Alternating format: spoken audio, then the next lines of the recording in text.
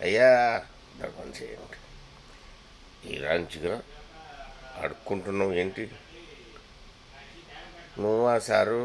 దా ఏం చేయమంటావు సారు? మా తాత రెండో దాన్ని ఉంచుకున్న దానికి రాసేసా. మా నాన్న మూడోది ఉంచుకున్న దానికి మొత్తం ఆస్తి రాసేసా. మరి నాకు మిగిలేది చిప్పే కదా. ఆ? తెలిసి అడుగుతావో తెలియక అడుగుతావో తెలిసింది నీకు తెలదా? వేస్తే ₹1 వేస్తావు, ఏది ₹2 వేస్తావు. ఏదో నన్ను సాకి ఉద్ధరించిన లాగా నా చరిత్ర అంతా నీకు చెప్పాలి. ఎందుకయ్యా మా జీవితాంతా ఆడుకుంటాడు? డబ్బుంటే డబ్బు ఉన్నవాడు అంటాడు, డబ్బు లేకుంటే లేనివాడు అంటాడు.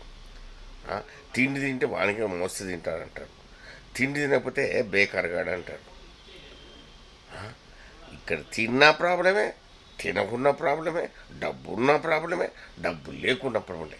నా జీవితం అంతా అందరితో తినడమే సరిపోతుంది.